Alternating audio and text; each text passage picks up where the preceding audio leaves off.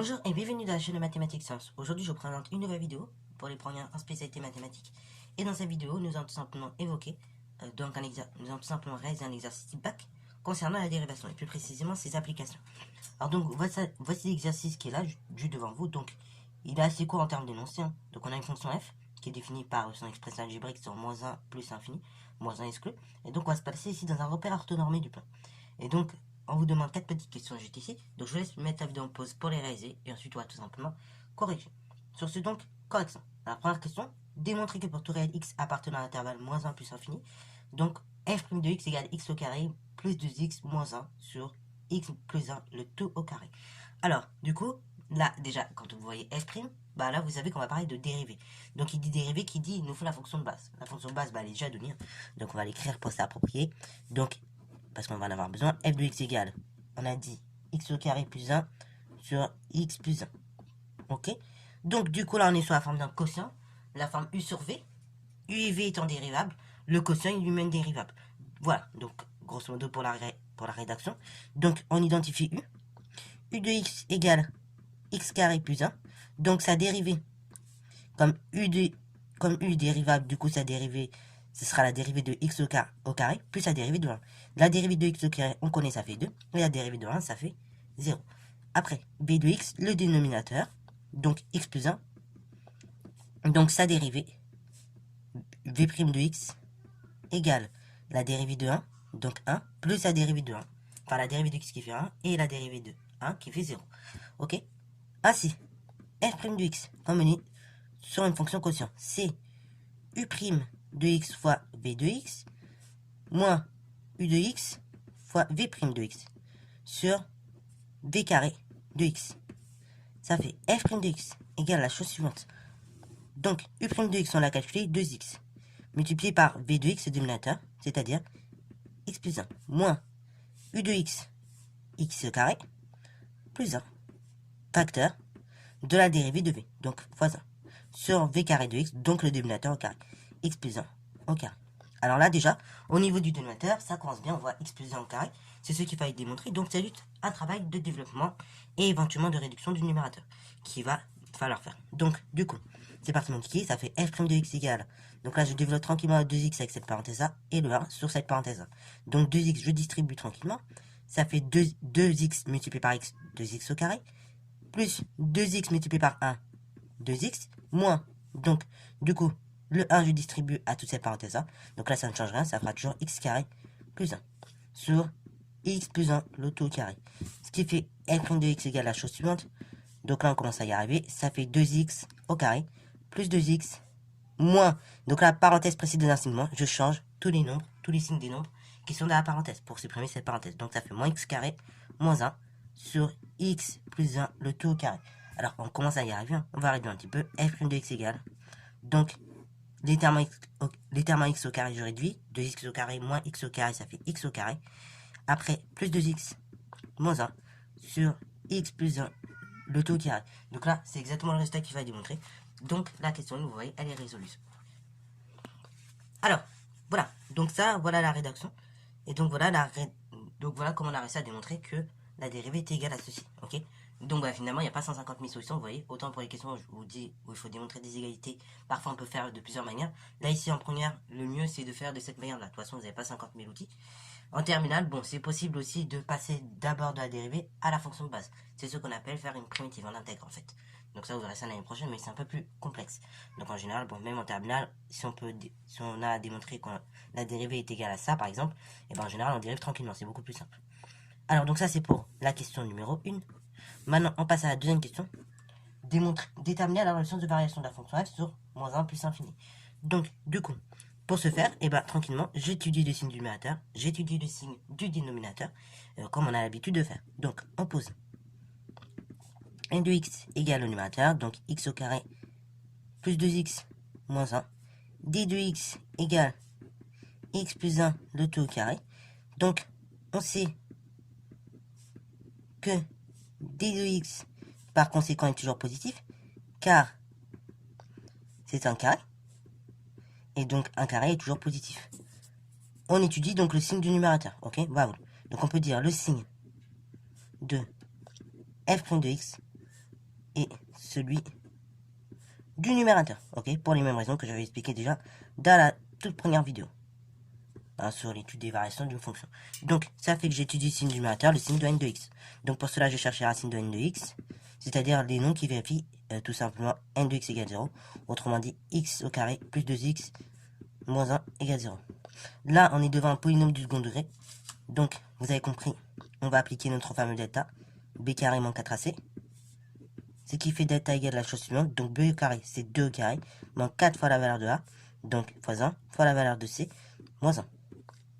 Ce qui fait donc delta égale la chose suivante, 2 au carré 4, moins par moins plus, 4 fois 1 fois 1, et du coup on arrive à 4. Ce qui fait delta égale 8, donc racine carrée de delta, c'est racine carrée de 8. Alors 8, comment je peux le décomposer en 4 fois 2, et du coup 4 en fait c'est 2 au carré, et donc on se retrouve avec 2 racines de 2. Ok, bravo. Donc on arrive à cette racine là, ok, enfin, du moins pas à la racine directement, mais on arrive à cette valeur du discriminant qui est positive, je le rappelle, ok. Donc là on va mettre positif, ok, bravo. Donc maintenant on arrive à cette valeur là. L'étape qui suit, bah, vous avez compris, ça va être une étape de recherche des racines. Donc x1, toujours la même formule, moins b moins racine de delta sur 2a. L'opposé de b, donc ici, il vaut tout simplement moins 2, puisque b valait 2, moins la racine de delta, donc moins 2 racine de 2, sur 2 fois la valeur de a. Donc a ici valait tout simplement 1, donc 2 fois 1. Ce qui fait donc, là on peut factoriser par 2 le numérateur, ok, bah, ou par moins 2 comme vous voulez. Donc en factorisant par moins 2, on se retrouve avec moins 2, donc plus 1, plus racine de 2, ok, voilà, sur 2, ce qui fait 1 plus racine de 2, ok. Alors là, pareil, si je redéveloppe, normalement, j'obtiens bien mon numérateur. Moins 2 fois 1, du coup, ça fait moins 2. Et moins 2 fois racine de 2, et ben ça fait moins 2 racine de 2. Donc, on obtient bien le numérateur. Et après, du coup, là, je simplifie. Et donc là, j'obtiens, alors attention d'ailleurs, une petite erreur, j'obtiens moins 1, moins plus racine de 2, ce qui fait donc moins 1, moins racine de 2, ok. Le moins, en fait, il s'est pas éliminé complètement, ok. Donc, du coup, il reste là. Et il va prendre toute cette partie-là, toute la parenthèse. On fait de même pour x2, moins b plus racine de delta sur 2a. Ce qui fait donc moins 2 plus 2 racine de 2 sur 2 fois 1. Alors là, faites bien attention, là, c'est pas moins 2 plus 2, c'est moins 2 plus 2 racine de 2. Donc 2 racines de 2 étant prioritaire sur juste addition, dans ce cas-là, on va pas pouvoir réduire de façon directe. Mais regardez comment on va faire. On va faire comme tout à l'heure finalement. Donc ça fera moins 2 facteur de 1 moins cette fois-ci racine de 2 sur 2. Ce qui fait, en simplifiant, moins 1 moins racine de 2 comme ceci. Ce qui fait donc moins 1 plus racine de 2. Alors en général, d'ailleurs, on est plus habitué à écrire les choses de cette manière-là. D'abord la racine carrée, donc racine de 2 moins 1. Et pareil, moins racine de 2 moins 1. Alors là, ce réel-là, il n'appartient pas à l'ensemble de définition. Donc on avait dit l'intervalle c'était moins 1, donc plus infini. Celui-là, il ne l'appartient pas. Et en revanche, celui-là, donc ce réel-là, lui, par contre, il appartient à l'intervalle. Donc moins 1 plus infini. Ok, bravo. Parce que racine de 2, c'est environ 1,4. Moins 1, du coup, ça ramène environ 0,4. Ce qui appartient bien à cet intervalle-là. En revanche, moins racine de 2, c'est moins 1,4. On retire encore moins 1. On se retrouve à moins 2,4 environ. Ce qui est bien évidemment 3 en dehors de l'intervalle de définition. Alors, voilà. Donc, une fois que j'ai tout simplement les racines, maintenant, on va faire l'étude du signe de la dérivée, comme d'habitude. Donc là, étude du signe de la dérivée, bah, ça va se faire encore une fois à l'aide, tout simplement, du numérateur, en fait, puisque c'est le numérateur qu'on a dit qui donne le signe de la dérivée. Et donc, non seulement ça se fait à partir du numérateur, certes, mais surtout, on est sur un polynôme de second degré, donc on va prendre la valeur de a. La valeur de a, vous pourrez retourner un petit peu en arrière sur la vidéo, mais elle vaut 1, qui est positive. Ok, donc du coup ça fait quoi? Là, on va mettre les racines, f' de x, f de x, et donc, comme je l'ai dit, on met les racines, moins 1 la valeur interdite, la racine du coup qui est dans l'ensemble de définition, donc on a dit 2 moins racine de 2 moins 1, comme ceci, et après puissance infinie, moins 1. Alors là déjà, je mets une double barre pour dire qu'on est sur une valeur interdite, et donc là on va faire comme si on avait la deuxième racine. La deuxième racine est plutôt par là. Donc du coup, on se rappelle, quand on étudie le signe d'un polynôme, on regarde les racines. Donc là ici, c'est seulement 2 moins racine de 2 moins 1, mais en réalité il y a aussi moins racine de 2 moins 1, ok, voilà, et là, bah, 2 racine de 2 moins 1. Donc on met la racine, et après, bah, entre les deux racines, c'est le contraire du signe de a, donc négatif. Et en dehors de la racine, c'est tout simplement donc le signe de a. Ok, bravo. Une fois que c'est fait, bah, après je mets les flèches comme d'habitude. Lorsque la dérivée est négative, fonction décroissante. Lorsque la dérivée est positive, fonction croissante. Ok. Après, je vais effectuer le calcul, du coup, je vais calculer l'image de, tout simplement, racine de 2 moins 1. Ok, bravo. Pour avoir un petit peu une idée de la valeur qu'on met ici. Alors donc si on effectue le calcul, on trouve environ 0,83. Quand on arrondit, bien évidemment. Alors après, vous pouvez peut-être laisser les valeurs exactes. Mais là, pour le coup, 0,83, c'est bien aussi. Ok, bravo. On n'a pas précisé ici d'arrondir. Bon, question numéro 3. Déterminer une équation de la tangente, donc t, à la courbe représentative de la fonction f au point d'abscisse x égale 0. Ok. Donc là, du coup, pour ce faire, on va donc répondre à cette question. Et pour déterminer justement l'équation de la tangente, il nous faut deux choses. Il nous faut f' de 0 et f de 0, l'image de 0 par la fonction. Donc f' de 0, c'est égal à l'image de 0 par la dérivée. Donc ça fait 0 au carré plus 2 fois 0, donc moins 1, sur tout simplement 0 plus 1 au carré. Ce qui fait donc par simplification moins 1 sur 1, ce qui fait directement moins 1. Ok, voilà. Donc là, ici, 0 plus 1 au carré, ça fait 1 au carré qui fait 1. Et après, 0 au carré, ça fait 0. 2 fois 0, encore 0. Donc il reste juste moins 1 sur 1, ce qui fait moins 1. Ok, puisque moins par plus, moins. Et après, 1 divisé par 1, ça fait toujours 1.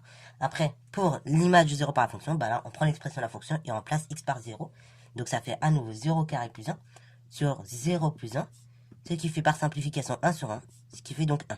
Ok, voilà. Une fois que j'ai ces deux données-là, bah, j'applique la formule de l'équation de la tangente. Donc ça fait y égale f' de 0, facteur de x moins 0, plus f de 0. Donc là, pareil, c'est la formule du chapitre précédent, encore une fois, vous voyez. Mais ça sert toujours. Donc c'est pour ça qu'il faut bien avoir la formule en tête. Donc y égale, donc là, f' de 0, on a dit c'est moins 1, facteur de x moins 0, plus f de 0 qui fait 1. Y égale, donc là, du coup, moins 1 fois x, ça fait moins x, plus, donc moins 1 fois 0, du coup ça fera 0, il restera rien, plus 1. Ok, donc y égale x plus 1. Ok, et ça c'est l'équation de la tangente au point d'abscisse 0. Alors, quatrième question maintenant. Étudiez justement la position relative entre la courbe représentative de la fonction f et la droite d'équation y égale x. Ok, donc justement la droite d'équation y égale x, on va dire que c'est la fonction qui est associée au réel x, bah x en fait, le nombre lui-même. Donc, on note, pour simplifier les calculs, g de x égale x1, tout simplement. Et donc, on va calculer finalement, comme au début de l'année, la fameuse différence f de x moins g de x, afin d'étudier les variations. Ok, enfin, afin d'étudier le signe de la différence, et donc après d'en déterminer les positions relatives. Donc f de x moins g de x, c'est égal à la chose suivante, c'est l'expression de la fonction f, donc on a dit x carré plus 1 sur x plus 1, moins g de x qui est associé à tout réel x. Ok, bravo. Alors on va reprendre ça un petit peu tranquillement. Donc f de x moins g de x, donc là je réécris pour que vous puissiez bien suivre, c'est x au carré plus 1 sur x plus 1 moins x. Ce qui fait f de x moins g de x égale. Donc là, première étape, je mets au même dénominateur. Ici, j'ai un dénominateur en x plus 1, un dénominateur en 1. Bah là, facteur commun, c'est x plus 1. Ok, donc ça fait x au carré sur plus 1 sur x plus 1 pour la première, moins, du coup, x facteur de x plus 1 sur x plus 1. Ok, là, je juste mets au même dénominateur. Ensuite, deuxième étape, on regroupe. Ça fait f de x moins g de x égale x au carré plus 1 moins, donc on a dit, là on peut développer, hein, donc ça fera, si je développe le x avec toute cette parenthèse, ça me fera x au carré, donc plus x sur x plus 1. Après, c'est pas fini. F de x moins g de x égale. Donc là, on réduit, ça fait x au carré plus 1 moins x au carré moins x sur x plus 1. On simplifie, x au carré moins x au carré, ça fait 0. Et après, du coup, il me reste quoi? F de x moins g de x égale. Donc on a dit moins x plus 1 toujours sur x plus 1. Maintenant, on arrive à cette étape-là. On va étudier le signe de la différence. Donc là, c'est étudier le signe de ce quotient. Donc, on pose n de x égale moins x plus 1 et d de x égale x plus 1. Donc là, en fait, on étudie le quotient de ces deux, du numérateur et du dénominateur qui sont elles-mêmes des fonctions affines. Donc ça, c'est la méthode de seconde qu'on a déjà vue. Donc du coup, c'est parti mon kiki. N de x, bah, pour étudier son signe, c'est simple, il faut chercher les racines. Donc on résout n de x égale 0, c'est-à-dire moins x plus 1 égale 0, c'est-à-dire ça fait moins x égale moins 1, c'est-à-dire x égale 1. Après, de même, je résout le dénominateur égale 0, équivaut à donc x plus 1, alors dénominateur égale 0, Ici, attention, dénominateur égale 0, on résout ça, mais après, vous vous doutez bien que c'est une valeur interdite, ok? Donc du coup, tu as fait x plus 1 égale 0 équivaut à x égale moins 1, qui est du coup la valeur interdite, ok? Bah voilà, ok? Donc on peut peut-être mettre une petite phrase avant en disant que ce quotient-là, il définit seulement si, bah justement, x plus 1 est différent de 0, c'est-à-dire si seulement si x est différent de moins 1. Donc voilà, ok? On a étudié le signe du numérateur, le signe du dénominateur, mais attention, il faudra bien prendre en compte cette petite phrase que je viens de mettre, que le quotient est défini si seulement si x plus 1 est différent de 0. Ok, voilà. Donc, maintenant on en est arrivé là. Tableau de signes, comme d'habitude. Donc, une ligne pour le numérateur, une ligne pour le dénominateur et une ligne pour le quotient. Et après, on va faire la conclusion de façon rapide. Donc, les réels x, donc ici, on n'a pas précisé l'ensemble. Donc là, on travaille toujours sur le même ensemble de définition. Moins 1, justement, jusqu'à plus infini. Donc, ici, on a trouvé comme racine moins 1, justement, la valeur interdite. Et 1. Ok, voilà. Donc, ici, tout simplement, on a le numérateur n de x, le dénominateur d de x, et f de x moins g de x, en fait, qui est le quotient. Donc, du coup, là, n de x, il s'annule lorsque x il vaut moins 1. Ici, on est sur une fonction affine, deux coefficients directeurs moins 1. Donc, avant la racine, c'est le contraire du signe du coefficient directeur, plus. Et après, la racine, c'est le signe du coefficient directeur, moins. Et après, du coup, ici, on a une valeur interdite, en fait. Ok, voilà, puisque ce n'est même pas dans l'ensemble des définitions. Donc, AD. Et donc, du coup, après la racine, donc là, ça s'annule également au niveau de la valeur interdite. Et après la racine, du coup, ça sera toujours le signe de A, du coefficient directeur, qui est 1. Donc, positif et à nouveau positif. Au niveau du quotient, du coup, plus par plus, plus. Là, ça s'annule en 1. Et après, plus par moins, moins. Donc, ça signifie quoi une différence qui est positive? F de x moins g de x positif. Ça signifie que sur l'intervalle moins 1 exclu et 1 inclus, on a une fonction, donc on a un courbe représentative de f qui est au-dessus de celle de g. Et inversement, sur 1 plus infini, et ben, du coup, la différence est négative, c'est-à-dire que la courbe représentative de la fonction f est située en dessous de celle de la fonction g. Ok, bravo. Et pour x égale 1, comme la différence s'annule, les deux courbes se coupent. Et voilà, donc pour cet exercice. Donc, j'espère que la vidéo t'a plu. Donc là, c'est la fin de ce chapitre. Donc, j'espère vraiment que tu l'as bien compris dans l'ensemble. Encore une fois, c'est des méthodes de base qu'on va retrouver dans d'autres chapitres. Donc, il faut être à l'aise directement depuis ces chapitres-là. Parce qu'après, quand on va faire les fonctions exponentielles, donc au mois d'avril, donc j'ai pris un peu de retard. Normalement, on aurait dû les faire ce mois-ci, mais bon, avec le retard que j'ai pris, on les fera qu'en avril, si tout va bien. Et bah normalement, on va reprendre ces méthodes-là. On va les revoir et du coup, ça sera très intéressant que vous les maîtrisez. Ok? Sur ce, c'est la fin de cette vidéo. J'espère que t'as plu. Et n'hésitez pas à la liker, commenter et bonne à toi en mathématiques et en sciences.